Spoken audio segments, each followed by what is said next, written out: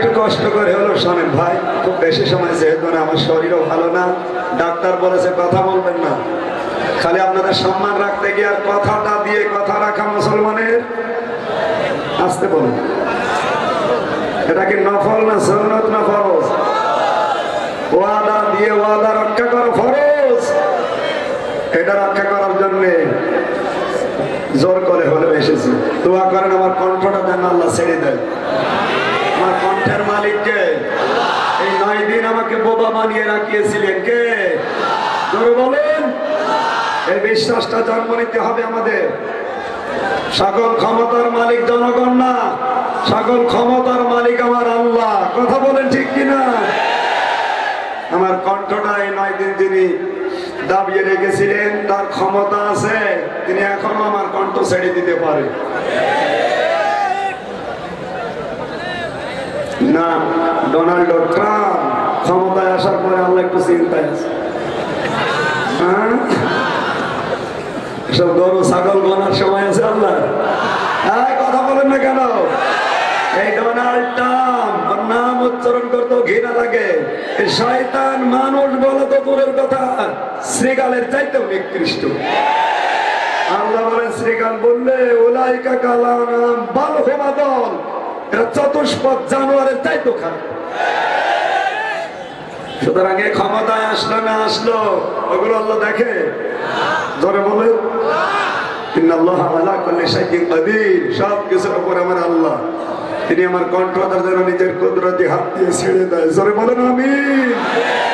সুতরাং আমাকে দেখা অত দরকার না, বসেন যেখানে জায়গা পান। পরবর্তী যেটা সিডি হবে, ইন্টারনেটে যাবে, তখন দেখে নিয়ে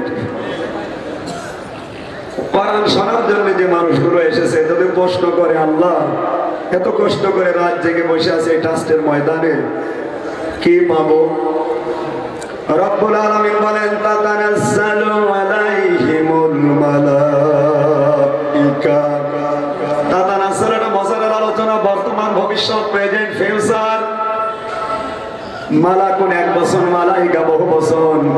কোন মানুষ যখন কোরআনের মাহফিলে আসে, তাদের উপরে আমার আল্লাহ রহমত নাজিল করছে, ভবিষ্যতেও করবে। এই রহমত 2 প্রকার। 1 নম্বরে মানুষ যখন বিপদে পড়বে, এই রহমতের ফেরেশতা দিয়ে আমার আল্লাহ তাদের সান্ত্বনা দেবে, সাহায্য করবে। কথা বলছে না কেন? এর বাস্তব প্রমাণ ডক্টর মাসুদ ভাই, যুবক মানুষ, যুবতী বউ ঘরে, কিন্তু বছরের পর বছর জেলখানায় পৌঁছতেছে। আল্লাহ যদি ফেরেশতা না দিয়ে সান্ত্বনাই না দেবে, কখনো যুবক মানুষের জেলখানায় থাকা সম্ভব না। বউ ছেড়ে তো থাকেননি, বুঝবেন কি?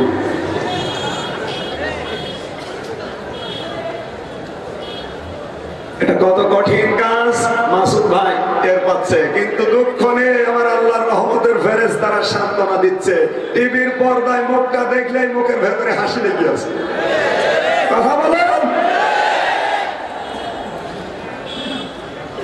সুতরাং আজ যারা বিশ্বে ইমানের পরীক্ষা দিতে গিয়ে, কোরআনের উপরে চলতে গিয়ে কঠিন কঠিন কঠিনতর পরিস্থিতি, পরীক্ষার শিকার, এদের অবশ্যই আমার আল্লাহ রহমতের ফেরেশতা নাজিল করে সান্ত্বনা দিচ্ছে, নয়তো টিকে থাকা সম্ভব না।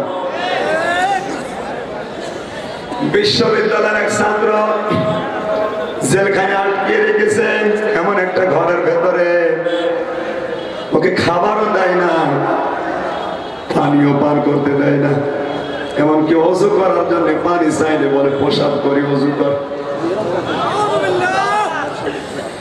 দেখা হয়েছিল, জিজ্ঞাসা করলাম এই কঠিন পরিস্থিতিতে খাবার নেই, পানি নেই, ওযু করার জন্যও দেয় না, তুমি তো নামাজ কাজা করো না, ইশারায় হলেও এই অবস্থায় নামাজ আদায় করেছো, কিসে তোমাকে নামাজ আদায় করতে বাধ্য করে? চোখের কোণে পানি নিয়ে এসে বড় হুজুর, আমি যখন ক্ষুধার যন্ত্রণায় অজ্ঞান হয়ে যেতাম, চোখ বন্ধ করে দেখি বিশ্ব নবী এসে আমার মাথায় হাত বোলাচ্ছে। সান্ত্বনা পাওয়ার আর কোন জায়গা মুসলমানদের নেই, একটাই জায়গা, মোহাম্মদুর। অবশ্যই আল্লাহ ফেরেশতা নাযিল করে যারা কোরআনের পক্ষে আছে, কোরআনের এই সৈনিক এদের সাহায্য করছে, কিয়ামত পর্যন্ত করবে, তার বাস্তব প্রমাণ তাতানাজ্জাল। কথা বলেন। 2 নম্বরে মানুষের সবচেয়ে বিপদের মুহূর্ত মরণ। অনেক মানুষ সারা জীবন ঠিক চলেছে, কিন্তু মরণের সময় বেঈমান হয়ে মারা যাওয়ার সম্ভাবনা আছে। কথা বলছেন কেন?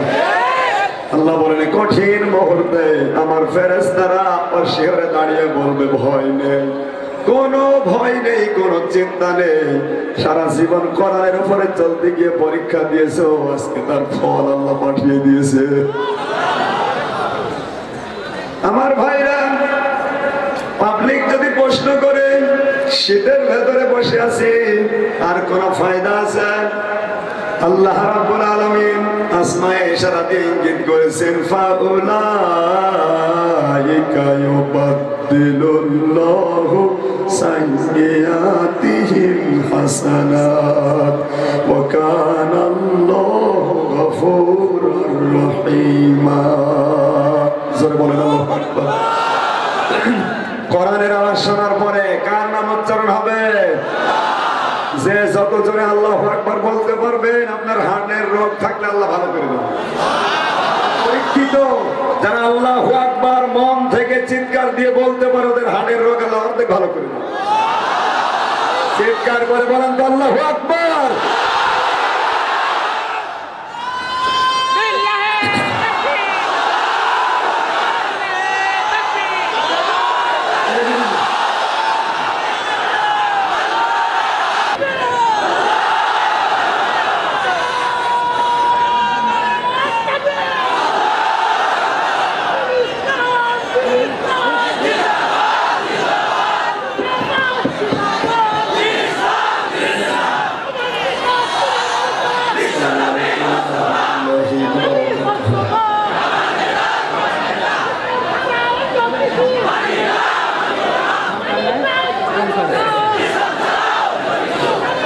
نحمده ونستعينه ونستغفره ونؤمن به ونتوكل عليه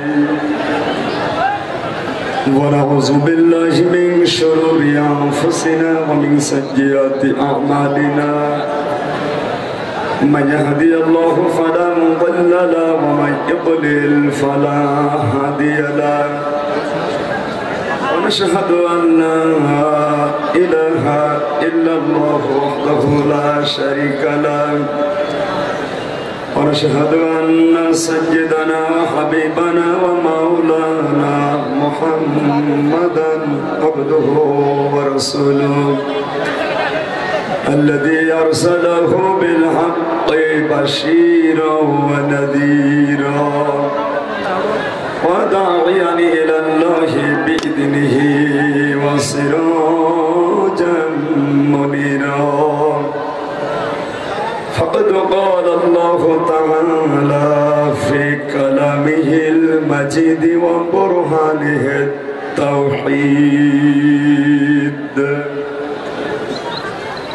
أعوذ بالله من الشيطان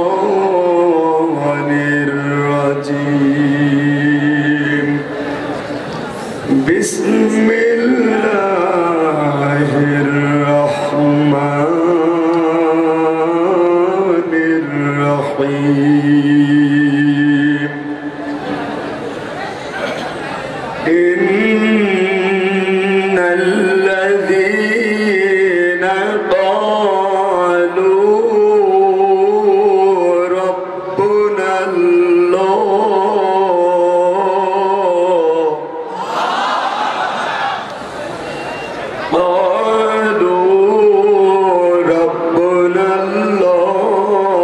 ثم استقاموا تتنزل عليهم الملائكة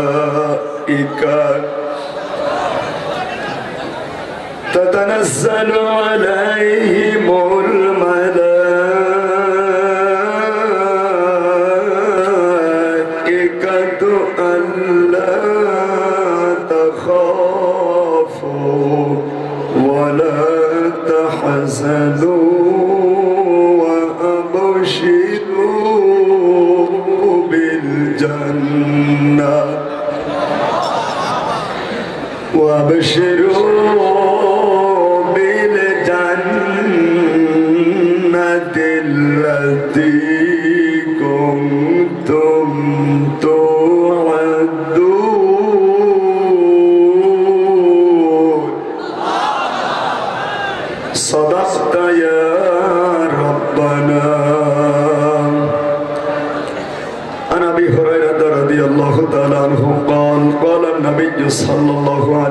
وسلم الدنيا سجن المؤمن وجنة الكافر رواه الترمذي وقال تعالى في شان حبيبي إن الله وملائكته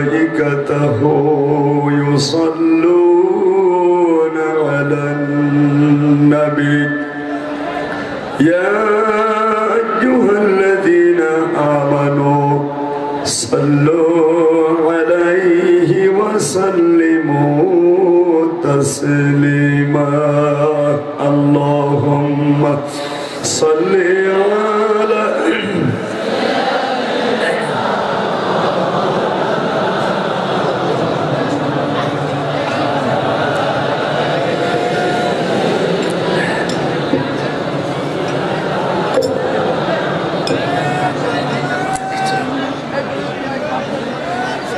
وانا يفوت بلبل کا ترنم بھی نہ ہو جمن دہر میں کلیوں کا تبسم بھی نہ ہو بلغ العلا بکمالہ کشف الدجى بجمالہ حسنت جميع خصاله صلوا عليه وآله আলহামদুলিল্লাহ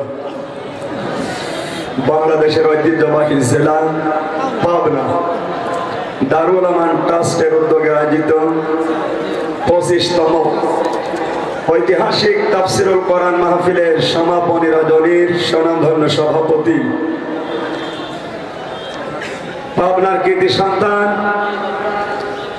ইসলামিক ব্যক্তিত্ব হাসিউল হারামাইন দারুল আমান ট্রাস্টের সম্মানিত চেয়ারম্যান জনাব আলহাজ আবুল হুসাইন দামাত বারকাতুহুমুল আলিয়া এতক্ষণ পর্যন্ত কোরআনে কারিম থেকে আলোচনা রেখে ধন্য করলেন আটঘরিয়া উপজেলা পরিষদের সম্মানিত চেয়ারম্যান ইসলামিক চিন্তাবিদ জনাব মাওলানা জহুরুল ইসলাম খান দামাত বারকাতুহুমুল আলিয়া মঞ্চে বসে আছেন পুষ্পপাড়া কামিল মাদ্রাসার সাবেক প্রিন্সিপাল সারা জীবন জ্ঞানের আলো ছড়িয়েছে বয়সের এক দ্বার প্রান্তে এসে দাঁড়িয়েছে আমাদের মাথার মুকুট আলহাজ মাওলানা আব্দুল হাই হাতে তাজ্জেবা সিহাতে কল্লিয়া কামনা করছি আল্লাহ যেন দান করেন আমাদের আরেক মুরব্বি বসে আছেন পাবনা আলিয়া মাদ্রাসার সাবেক প্রিন্সিপাল ইসলামিক চিন্তাবিদ শিক্ষাবিদ জনাব মাওলানা আব্দুস সামাদ আল্লাহ তুমি এদের হায়াত বৃদ্ধি করে দাও আমাদের দোয়া করার জন্য বাঁচিয়ে রাখো আমার আগে কথা বলছিলেন পাবনা না উপমহাদেশের কৃতি সন্তান ইসলামী আন্দোলনের বীর সৈনিক ইসলামিক চিন্তাবিদ আলহাজ মাওলানা আব্দুস সোবহান আল্লাহ তার গোলামকে যেন মুক্ত করে আমাদের সামনে ফিরিয়ে দেন তার সুযোগ্য সন্তান আলহাজ জনাব মোহাম্মদ নাসির উদ্দিন নান্টু এসার আহমেদ নান্টু নান্নু ভাই আল্লাহ যেন কবুল করে এই এতিমদের দায়িত্ব তিনি নিয়েছেন আল্লাহ যেন তার দায়িত্বটা নিয়ে নেন এই বিশাল ট্রাস্ট ময়দান প্রতিষ্ঠা করার জন্য জমিন যিনি দিয়েছিলেন যদিও জমিন আল্লাহ তার নামে ছিল এই আমানতটা আল্লাহর দরবারে দেওয়ার কারণে স্মরণীয় বরণীয় হয়ে আছে মরহুম জনাব মোহাম্মদ নাসির উদ্দিন আল্লাহ তার কবরটা জান্নাতের বাগিচা বানিয়ে দিন জোরে বলেন আমিন এই চেয়ারে বসে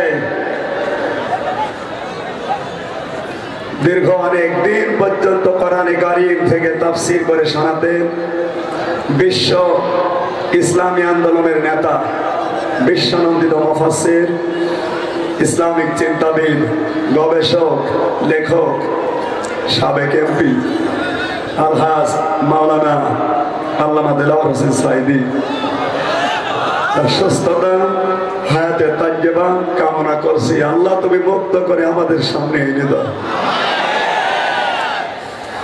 মঞ্চে বসে আছেন পাবনা দারুল আমান ট্রাস্টের সম্মানিত প্রিন্সিপাল ইসলামিক চিন্তাবিদ হাফেজ মাওলানা ইকবাল হুসাইন, বসে আছেন আলহাজ মাওলানা আব্দুল শাকুর, আমার শ্রদ্ধাভাজন মামা আবু বকর শেখ, বড় ভাই আব্দুল মমিন, মাওলানা শহীদুল ইসলাম, নাম না জানা হাজারো আলেম এই ময়দানে এই স্টেজে ডান এবং বামে বসে কোরআনে কারীম শোনার জন্য চাদর পাখির মতো বসে আছে। কোরআন এইভাবে শুনতে হবে। সামনে বসা মুসলমান ভাইরা, পর্দার আড়ালের সম্মানিতা মা এবং বোনেরা, সবাইকে সশ্রদ্ধ সালাম পেশ করছি। আসসালামু আলাইকুম ওয়া রাহমাতুল্লাহ। যে মালিক আমাদের সুস্থ রেখে ভালো রেখে এই ময়দানে নিয়ে আসলেন, খুশি হয়ে তার দরবারে উচ্চ স্বরে বলছে আলহামদুলিল্লাহ। আরো জোরে বলেন আলহামদুলিল্লাহ। এখানে আসতে পেরে আমরা খুশি না বেজার? আমরা আরো খুশি, আল্লাহ আমাদের জবান এখনো কেড়ে নেন। কথা বলেন, জবান না থাকলে কি হয়? এই 9 দিন আমি টের পেয়েছি, হাড়ে হাড়ে টের পাচ্ছিলাম যে কথা বলতে না পারলে কি হয়। এই 9 দিনের পরে আজকে আমি ভালোভাবে কথা বলছি। এর আগে আমি একেবারে স্টপ, মোবাইলও ধরি নাই, কিছু লাগলে আমি লিখে দিতাম। আমার গলার ভেতরে যে রগ ওটা ফুলে আছে, ডাক্তার বলেছে চাপ দিয়ে কথা বলে ওটা ফেটে যাওয়ার সম্ভাবনা আছে। আপনারা জানেন বিশ্বকারী আব্দুল বাসেত মিশরে বাড়ি, সূরা দোহা 11টা আয়াত, একদমই তিনি 9টা আয়াত পড়তে গিয়ে তার গলার রগ ফেটে মারা গিয়েছিলেন। আমার অবস্থা এরকম হোক আপনারা চান? যেন বেশি সময় না, আমার শরীরে যতক্ষণ কোলায় ঠিক অত সময় নাকি। কোরআন আমরা যারা শুনতে এসেছি, কিয়ামতের ময়দানে এই যে 1 ঘন্টা আমরা ব্যয় করব কোরআন বোঝার পেছনে, আল্লাহর দরবারে 1টা ঘন্টার হিসাব দেওয়া লাগবে না। আসলে তো আমরা হিসাব কি বুঝি না। قد خسر الذين كذبوا بلقاء الله حتى إذا جاءتهم الساعة بغتة قالوا يا حسرتنا على ما فرطنا فيها وهم يحملون أوزارهم على ظهورهم ألا ساء ما يزرون। সূরা আনআমের 31 নম্বর আয়াতে আল্লাহ জানিয়েছেন, ক্ষতিগ্রস্ত হয়ে গেছে ওই সমস্ত মানুষ যারা আল্লাহর সাক্ষাৎকে, আল্লাহর দরবারে জবাব দিতে হবে, বিশ্বাস যাদের নষ্ট হয়ে গেছে, এরা ক্ষতিগ্রস্ত হয়ে গেছে। এজন্য আল্লাহ খসিরের আগে কদ দিয়েছে। কথা বোঝা যাচ্ছে? হিসাব কি এটা আমরা বুঝি না, আমাদের সেন্সেও নেই। হিসাব কি এটা বুঝেছিলেন হযরত ওমর? কে বলেন তো? আরো জোরে বলতে হবে। তিনি আয়াত পড়ে বিশ্বাস করেছিলেন আল্লাহর দরবারে জবাব দেওয়া লাগবে। এটা কত কঠিন। যাদের ভেতরে টেন্ডেন্সি পয়দা হয়, সৃষ্টি হয়, তারা 24 ঘন্টা মাবুদের দরবারে পানা চায়। আল্লাহুম্মা ইউহাসাবু হিসাবা ইয়াসিরা। আল্লাহ তুমি আমার হিসাবটা সহজ করে দাও। জোরে বলেন আমিন। আপনারা পরিবেশ নষ্ট করেন কেন? যার কারণে পরিবেশ নষ্ট হবে, মাহফিলের সব গোনা কিন্তু তার ঘাড়ে যাবে। সব কামাইয়ের উদ্দেশ্যে এসে যদি গোনা হয়ে যায়, আমার মনে হয় না আসায় ভালো ছিল।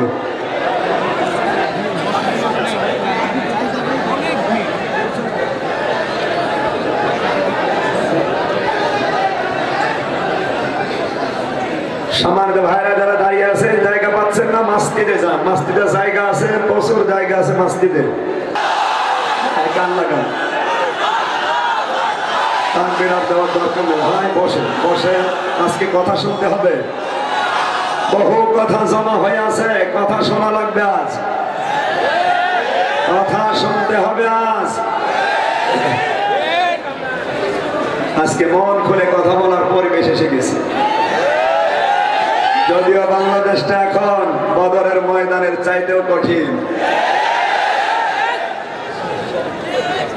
সম্মানিত ভাইরা, আল্লাহ বলেন আসমাই ইশারা দিয়ে জানিয়ে দিলে খাওলাইকা, এই যে মানুষগুলো যারা কোরআনের মাহফিলে বসে আছে, আমি আল্লাহ বলছি এদের সবচেয়ে বড় পুরস্কার, যত গোনা নিয়ে বসে আছে অতগুলো নেকি পরিবর্তন হয়ে যাবে। বদলাই বদল তাবদীল আর ফাহুয়া মুবাদদিলুন, আল্লাহর ঘোষণা মিথ্যা হয়, মিথ্যা হয়। আল্লাহ যেন আমাদের জীবনে এটা কার্যকর করে। সুতরাং এই ময়দানে, যদি এটা টারুলামান ট্রাস্টের ময়দান, এটা ট্রাস্টের ময়দান নেই, এটা হয়ে গেছে জান্নাতের বাগিচা। যতক্ষণ থাকবেন শ্বাস প্রশ্বাসে নিঃশ্বাসে নেকি হতেই থাকবে। সুতরাং যার যত গোনা বেশি, যার অপরাধ যত বেশি, আজকে তার আনন্দ তত বেশি। কথা মনে হয় বোঝেননি? আপনি যত বড় গোনাগার, আপনার জন্য তত বড় আনন্দ, কারণ সব গোনাগুলো নেকি হয়ে যাচ্ছে। কিন্তু যারা আসে নাই চালাকি করে, চার দোকানে বসে তুমি আসবে বলে দেখতেছে, নন্দিনী আর রাহুল, ধরে বলুন সুবহানাল্লাহ, তোমায় আমায় মিলে দেখতেছে। এখন তো কিরণমালা বন্ধ হয়ে গেছে, আলহামদুলিল্লাহ। কত স্বামী যে কল দিয়ে বলেছে, হুজুর আল্লাহ বাঁচাইছে, বউকে আমি তাবিজ করেও কিরণমালা থেকে ঠেকাতে পারি না। বাংলাদেশে এমনও মহিলা আছে, কিরণমালা না দেখলে ওর ভাত হজম হয় না। এরকম বউ আছে কার কার বাড়ি? হাত তোলেন তো। একজন যে হাত তুলেছে ও এখনো বিয়ে করিনি, কারণ বয়স দেখলে তো বোঝা যায়। সুতরাং ওই সমস্ত জায়গায় যারা চালাকি করে বসে আছে, ওদের গোনা মাফ হবে না, ওদের গোনাগুলো পরিবর্তন হয়ে নেকিও হবে না। কথা বলেন। সুতরাং এই সুযোগ আল্লাহ আমাদেরকে তার কুদরতি হাত দিয়ে ধরে ধরে এই ট্রাস্টের ময়দানে বসিয়েছেন। খুশি হয়ে বলেন আলহামদুলিল্লাহ। দরুদ আর সালাম পাঠ করছি আমাদের নবী, বিশ্ব নবী মুহাম্মদ রাসূলুল্লাহ সাল্লাল্লাহু আলাইহি ওয়াসাল্লামের প্রতি। এতক্ষণ পর্যন্ত যার প্রশংসায় গান শুনছিলেন, এই যে ডান পাশ ফাঁকা পড়ে আছে, এই জায়গায় যদি নবীজির জুতা রাখা হয়, আর এই বাম পাশের ফাঁকা জায়গায় তামাম দুনিয়ার সব নেতা নেত্রীকে যদি রাখা হয়, যত নেতা নেত্রী দুনিয়া এসেছে, কিয়ামত পর্যন্ত আসবে, বর্তমানে যারা আছে, সব নেতার চাইতে নেত্রীর চাইতে নবীর জুতার মর্যাদা আমার আল্লাহর কাছে বেশি। মগজ ঠান্ডা করে সঠিক ভাবে কথা বোঝেন। যার জুতার পরিমাণ মর্যাদা আপনার আদর্শ যাকে মানেন তার হয়নি। কথা বলেন। কিসের লেনিন, কিসের কার্ল মার্কস? আপনার আদর্শ হবে একমাত্র মুহাম্মদ রাসূলুল্লাহ। এটা যদি কেউ ভুল করেন আমল করতে, মরণের পরে বিনা হিসাবে বিনা বিচারে জাহান্নাম পেয়ে যাবেন। ধরে বলুন সুবহানাল্লাহ। হিসাবও লাগবে না, বিচারও আল্লাহ করবে না। যাদের আদর্শ ঠিক নেই, রাজনৈতিক দর্শনে নবী বাদ দিয়ে অন্য কেউ তার আদর্শ, মারা গেলে বিনা হিসাবে জাহান্নাম। দলিল আল আদাবুল মুফরাদ বাবুল গায়রের প্রথম হাদিস, বুখারী শরীফ লেখার আগে ইমাম বুখারী এই কিতাবটা লিখেছেন। এত দলিল দিয়েও যদি আপনার মন খারাপ হয়ে যায়, জিবরাইল এনে যদি এখানে বসিয়ে দেন, ও যদি ওয়াজ করে, আপনি বলবেন জিবরাইল মনে হয় জামাত ইসলাম। কিছু মানুষের মনই এরকম, যেমন মুসি যারা ওদের নজর সবসময় জুতার দিকে। আপনি বাজার দিয়ে হেঁটে যাবেন, অন্যান্য মানুষ আপনার মুখের দিকে হাতের দিকে তাকাবে, আর মুসি তাকাবে। ওর চিন্তা সবসময় হুজুরের জুতায় কালি আছে তো, ফিতা ছেড়া নাকি? কথা বলছেন। এখানে যারা মুসির মতো মন নিয়ে বসে আছে, ফেরেশতা জিবরাইল না, স্বয়ং আল্লাহ এসে যদি ওয়াজ করে, ও তাও বলবে আল্লাহ মনে হয় শিবিরে। হবে কি জামাত শিবিরে? কথা বলেন। আল্লাহর দায়িত্ব নিয়ে এসেছি, আপনি কোন দল করেন ওটা আমার দেখার দরকার নেই।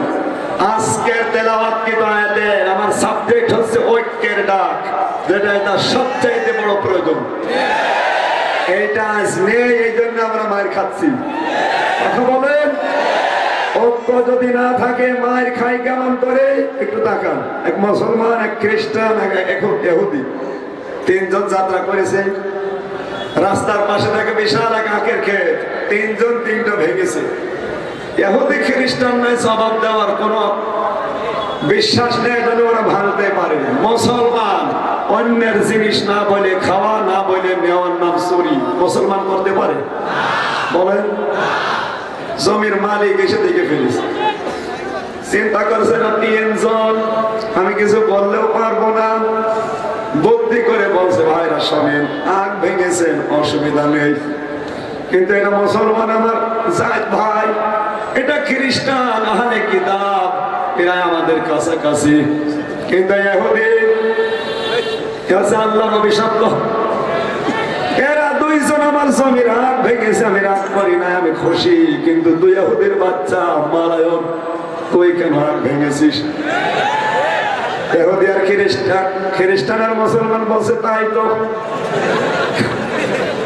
ডাক দিয়ে বলে আপনি ধরেন, আমরা মাইক দিচ্ছি। তিনজন মিলে ইহুদিকে 60